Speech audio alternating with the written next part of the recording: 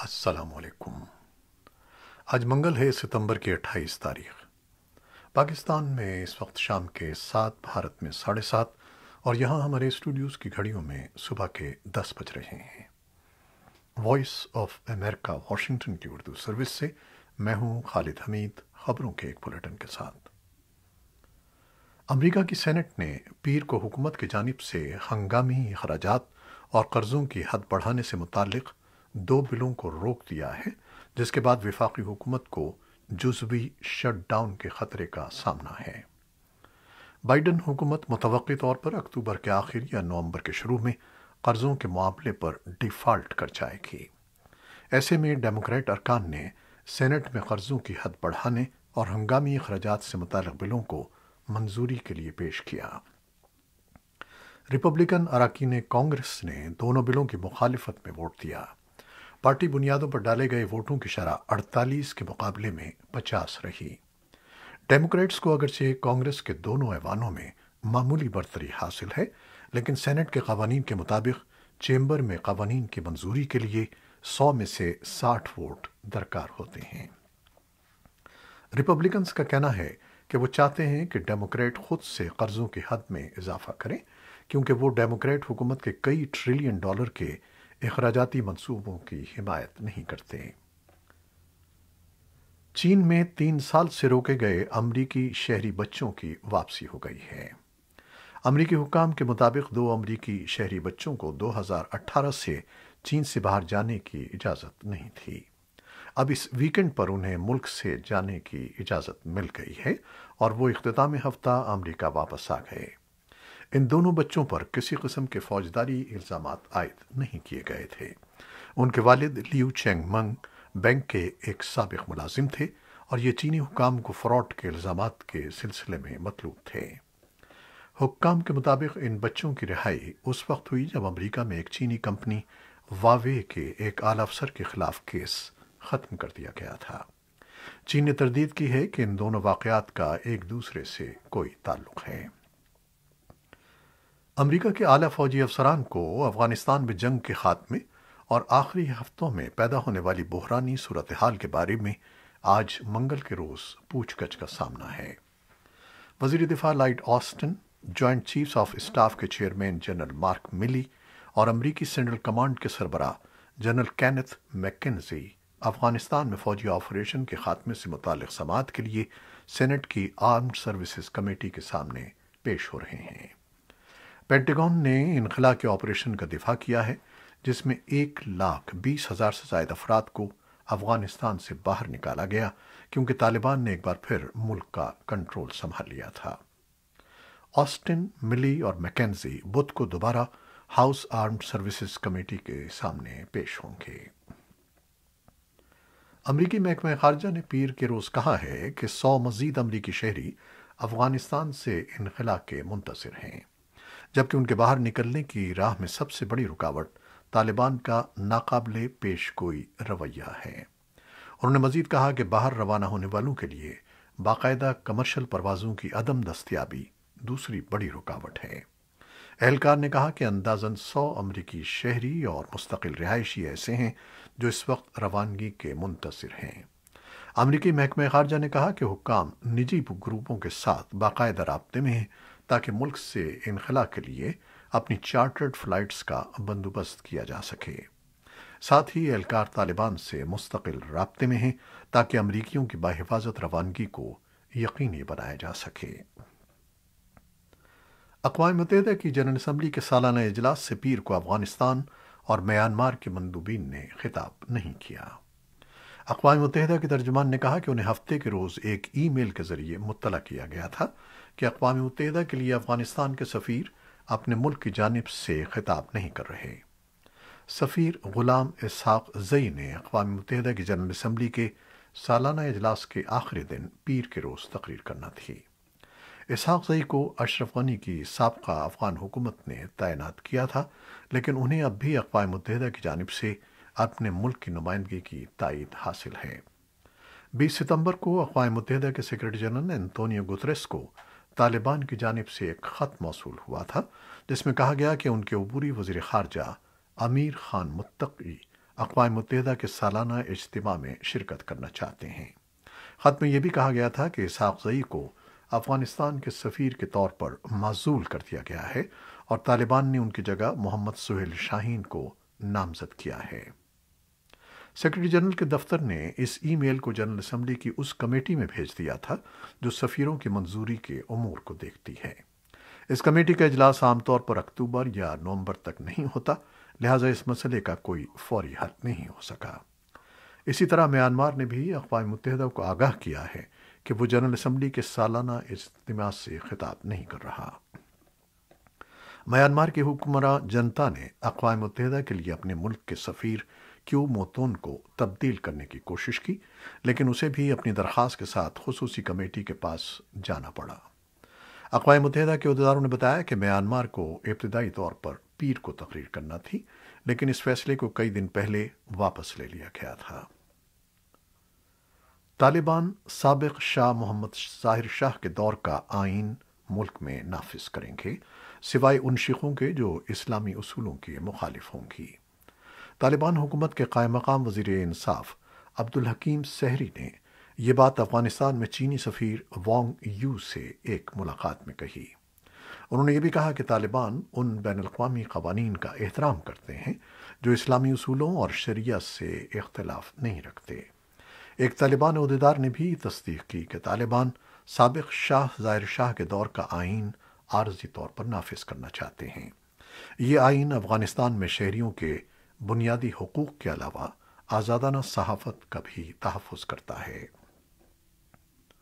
افغانستان کے لیے اقوام متحدہ کی خصوصی نمائندہ ڈیبرا لیونس کا کہنا ہے کہ انہوں نے پیر کے روز طالبان حکومت کے قائم مقام وزیر خارجہ سے ملاقات کے دوران تمام افغانوں کے کام کرنے اور تعلیم کے بنیادی حق پر تبادلہ خیال کیا۔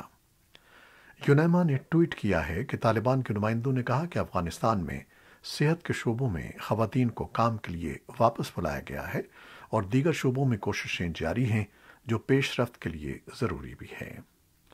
یونیما کے مطابق طالبان کے قائم مقام وزیر خارجہ نے طالبان کی جانب سے یقین دہانی کرائی ہے کہ افغانستان میں اقوام متحدہ کے تمام اہلکاروں کی حفاظت اور سلامتی کا احترام کیا جائے گا، لہذا تنظیم کا ملک میں موجود 1000 افراد پر مشتمل عملہ مختلف شعبوں میں اپنا کام جاری رکھ سکتا ہے۔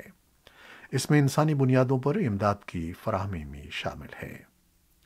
اسی اثنا میں خواتین اور اساتذہ اور طبی کارکنوں کے ایک نمائندہ وفد نے منگل کے روز ایک مشترکہ پریس کانفرنس میں طالبان سے مطالبہ کیا کہ ان کی 3 ماہ کی واجب الادا تنخواہیں دی جائیں۔ انہوں نے عالمی بینک اور عطیات دینے والے اداروں پر بھی زور دیا کہ وہ افغانستان میں تعلیم اور صحت کے لیے ان کے فنڈز جاری رکھیں۔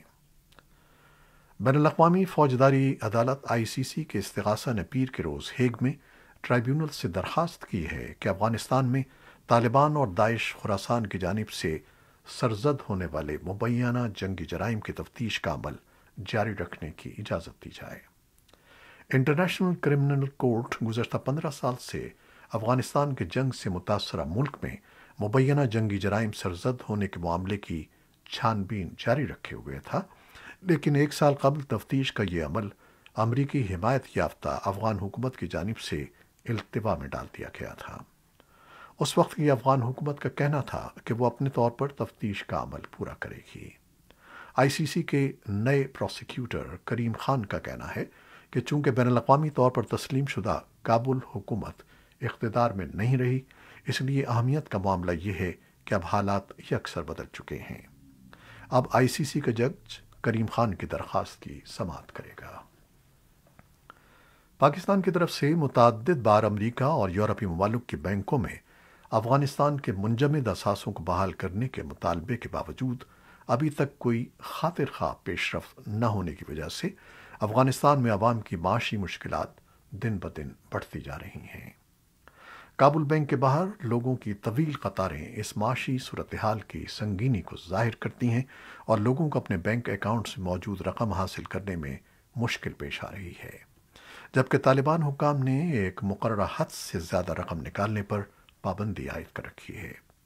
دوسری جانب پاکستان کے وزیر خارجہ شاہ محمود قریشی نے الجزیرہ ٹی وی چینل سے انٹرویو کے دوران ایک بار پھر افغانستان میں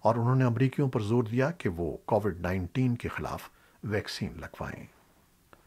بھارت میں کرونا وائرس سے مزید 276 افراد ہلاک ہو گئے ہیں، جبکہ ملک میں کورونا کے مزید 28,326 کیس رپورٹ ہوئے ہیں۔